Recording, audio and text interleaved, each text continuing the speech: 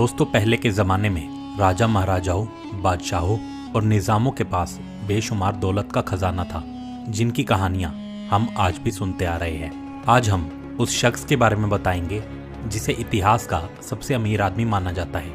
कहा जाता है कि इससे ज़्यादा अमीर इंसान इतिहास में कोई नहीं था। आज से लगभग 740 साल पहले सन 1280 ईस्वी को अफ्रीका की किसी अनजान जगह पर पैदा हुआ था मंसा मूसा। अपनी उम्र के 33वें साल में अबू बकर द्वितीय के बाद मंसा मूसा माली साम्राज्य का राजा बना। मूसा का साम्राज्य घाना, गांव, टिम्बकटू और माली के विशाल भूभाग पर फैला था। माना जाता है कि मंसा मूसा दुनिया का सबसे अमीर आदमी था और उसके पास अकूट संपदा थी। वो नमक और सोने के कारोबार का बादशाह था। कहा जाता है कि जब उसने हज यात्रा की तो उसके काफिले में 80 ऊंट शामिल थे, जिसमें से हर एक लगभग 135 किलो सोने से लदा होता था। फिर जिस इलाके से उसका काफिला गुजरता, वहां दिखने वाले भिखारियों में मूसा सोने के सिक्के बांट देता। दोस्तों, मंसा मूसा कितना अमीर था, आप इसका अंदाजा तक नहीं लगा सकते। वो गरीबों में सोना बांटने वाला दुनिया का सबसे अमीर शख्स था। उसकी दौलत की बात करें तो उसके पास इतनी दौलत थी कि उसका अंदाजा लगा पाना भी मुश्किल है। उस दौर में उसके पास जितनी दौलत थी वो आज के हिसाब से 400 बिलियन यूएस डॉलर के बराबर है, जो भारतीय रुपयों में देखा जाए तो ये लगभग 29 अरब खरब या उससे भी ज्यादा है। दोस्तों, मुझे तो पता नहीं, आप लोग ही देखकर कमेंट में बताएं कि ये कितनी रकम है।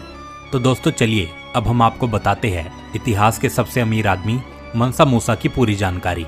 लेकिन दोस्तों, इसको जानने से पहले आप लोग हमारे चैनल फैक्टिव वर्ड को सब्सक्राइब कर ले और साथ ही बने इस बेल आइकन को प्रेस करें। और दोस्तों, इस वीडियो को एक लाइक जरूर करें। तो चलिए शुरू करते हैं। दोस्तों, अपने पूर्ववर्ती शासक अबू बकर द्वितीय की मौत के बाद 1312 ईस्वी में मंसा मूसा माली साम्राज्य का शासक बना। मूसा से पहले उसके भाई मंसा अबू बकर ने 1312 तक शासन किया था। अबू बकर बहुत महत्वाकांक्षी इंसान था। वो अटलांटिक महासागर को पार कर उससे आगे की दुनिया को देखना चाहता था। इसलिए वो 2000 जहाजों के बेड़े और अनेकों सैनिकों और दासों के साथ अटलांटिक ओशन महाअभियान पर चल पड़ा, लेकिन वो कभी लौटकर वापस नहीं आया। कुछ अमेरिकी इतिहासकारों का मानना है कि वो दक्षिण अमेरिका पहुंचा था, लेकिन इसके कोई भी प्रमाण मौजूद नहीं है। अबू बकर के जाने के बाद मंसा मूसा माली का शासक बना। मंसा मूसा का पूरा नाम मूसा कीटा प्रथम था। राजा बनने के बाद इन्हें मंसा नाम की पदवी मिली, जो माली के राजा को दी जाती है, और इसके बाद इसका नाम मंसा मूसा प्रथम हो गया। मंसा मूसा ने अबू बकर के बाद माली साम्राज्य को इतना विशाल बना दिया कि ये मंगोल साम्राज्य के बाद दुनिया का दूसरा सबसे बड़ा साम्राज्य बन गया था। मूसा का साम्राज्य 2000 मील तक फैल चुका था। ये वो समय था जब यूरोपियन देश संसाधनों की कमी के कारण गृह युद्ध की चपेट में थे। तब माली का स्वर्णिम युग चल रहा था। यहाँ नमक और सोने जैसे पर्याप्त संसाधन भरे पड़े थे। माना जाता है कि मूसा का पश्चिम अफ्रीकी साम्राज्य दुनिया में सोने का सबसे बड़ा उत्पादक राज्य था, वो भी ऐसे समय में जब दुनिया में तेजी से सोने की मांग बढ़ रही थी। पूरी दुनिया में मौजूद सोने का आधा सिर्फ मूसा के पास था। एक अनुमान के मुताबिक एक साल में मालियन साम्राज्य में लगभग 1000 किलो सोने का उत्पादन किया जाता था। मूसा के शासनकाल में इस समृद्ध साम्राज्य का फैलाव पश्चिम अफ्रीका के एक बड़े हिस्से तक हो गया। यहाँ तक कि अटलांटिक महासागर के तट से लेकर टिम्बकटू और सहारा रेगिस्तान तक मूसा के साम्राज्य में आ गए। वहीं वर्तमान Mauritania, Senegal, Gambia, Guinea, Burkina, Mali, Niger, Chad और नाइजीरिया भी माली साम्राज्य का हिस्सा थे। क्षेत्र बढ़ा तो व्यापार में प्रगति हुई। इससे वहां के लोगों के जीवन स्तर में भी सुधार आया और उनकी आर्थिक स्थिति भी बेहतर हुई। मूसा की सेना में 2 लाख पुरुष सैनिक शामिल थे और इनमें से केवल 40,000 तीरंदाज थे। इतनी बड़ी संख्या में सेना होना आज के बड़े से बड़े देशों तक के बस की बात नहीं है। 1324 ईस्वी तक दुनिया मूसा की बढ़ती संपत्ति के बारे में नहीं जानती थी। फिर 1324 में ही, यानी उसी साल, मूसा हज की यात्रा के लिए मक्का रवाना हुए। इस यात्रा में राजा मूसा अकेला नहीं था। माना जाता है कि इस यात्रा में 4000 मील लंबा एक काफिला भी राजा मूसा के साथ साथ चल रहा था। बेहतरीन फारसी रेशम पहने, हाथ में सोने की छड़ी पकड़े और लगभग 500 लोगों के बाद मंसा मूसा का घोड़ा था।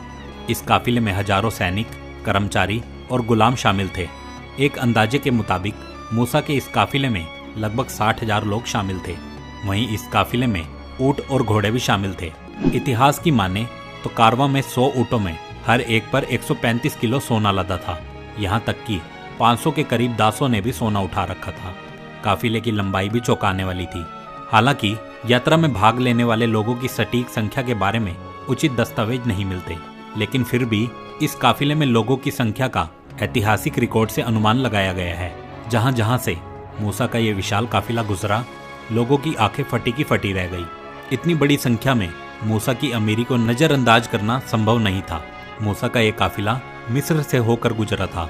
माना जाता है कि मूसा ने काहिरा के गरीबों को देखकर सड़क पर सोने के सिक्के बिखेर दिए थे। मिस्र के गरीबों ने उससे पहले इतनी दौलत नहीं देखी थी। बेशुमार दान मिलने के कारण वहां के गरीब रातों रात अमीर हो गए। ऐसे में मिस्र में अचानक से तेजी का दौर शुरू हो गया और महंगाई आसमान पर पहुंच गई। तब 1 दशक से भी अधिक समय तक मिस्र के लोगों पर मालियन सम्राट का प्रभाव रहा। अपनी हज यात्रा से लौटने के बाद मूसा ने माली में कई मस्जिदों का निर्माण करवाया। उसने अपने साम्राज्य के लिए बहुत काम किया था। मंसा मूसा उस दौर में नमक और सोने का कारोबार किया करता था। वो खुद को सच्चा मुसलमान मानता था और टिम्बकटू में उसकी गहरी रुचि थी। एक महत्वपूर्ण शहर होने के कारण टिम्बकटू में भी मूसा ने स्कूल, विश्वविद्यालय, पुस्तकालय और मस्जिद बनवाई। मक्का की यात्रा के बाद अफ्रीका से बाहर भी मूसा का नाम फैला। इस समय दुनिया को पता चल चुका था कि मंसा मूसा ही है जो सबसे रईस है।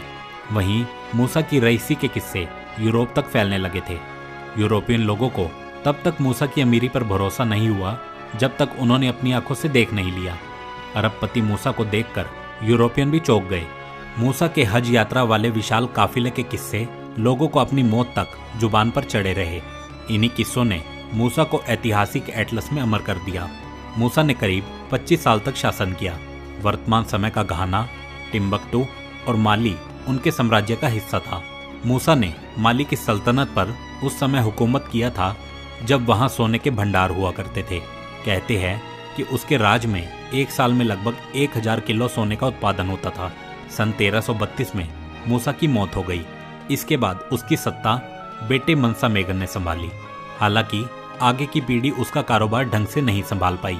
ऐसा माना जाता है कि लंबे सिविल वॉर और विदेशी हमलों के चलते उसका कारोबार तबाह हो गया और दौलत लुटती चली गई और इस साम्राज्य का पतन हो गया।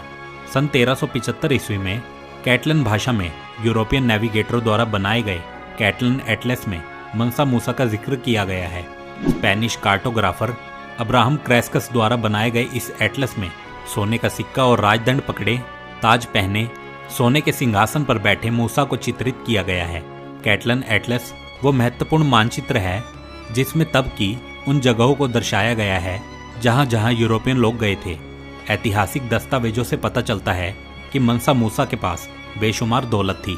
अगर उसकी दौलत को आज के हिसाब से जोड़ा जाए तो ये करीब 400 बिलियन US डॉलर के बराबर बैठती है, जो दुनिया में सबसे ज्यादा है।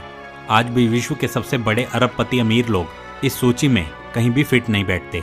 ऐसे में अंदाजा लगाया जा सकता है कि मंसा मूसा के पास उस दौर में कितनी संपत्ति रही होगी। तो दोस्तों, अब तो आप जान गए होंगे गरीबों में सोना लुटाने वाले दुनिया के सबसे रईस आदमी के बारे में। अगर आपको ये वीडियो अच्छी लगी हो तो इस वीडियो को लाइक और शेयर करें और साथ ही हमारे चैनल फैक्ट ट्यूब वर्ल्ड को सब्सक्राइब करें।